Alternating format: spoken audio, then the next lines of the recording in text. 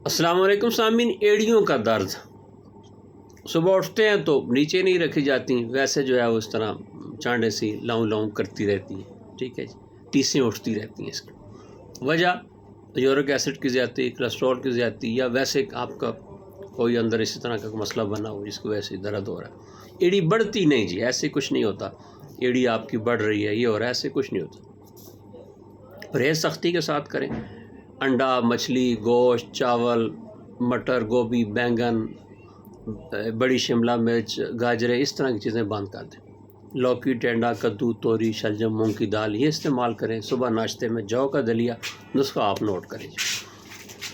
अजवाइन 50 ग्राम, पुदीना खुशक 50 ग्राम, मीठा सोडा 80 ग्राम, सना मक्की, इसकी डंडियाँ उतार देनी है, सिर्फ पत्ते इस्तेमाल करने, ये 80 ग्राम, काली मिर्च 25 ग्राम और सूंड 50 ग्राम। फकी बनाए, सुबह दोपहर शाम खाने के बाद टीस्पून इस्तेमाल करें। इंशाल्लाह एड़ियों का दर्द ख़त्म हो जाएगा। अस्सलाम वालेकुम।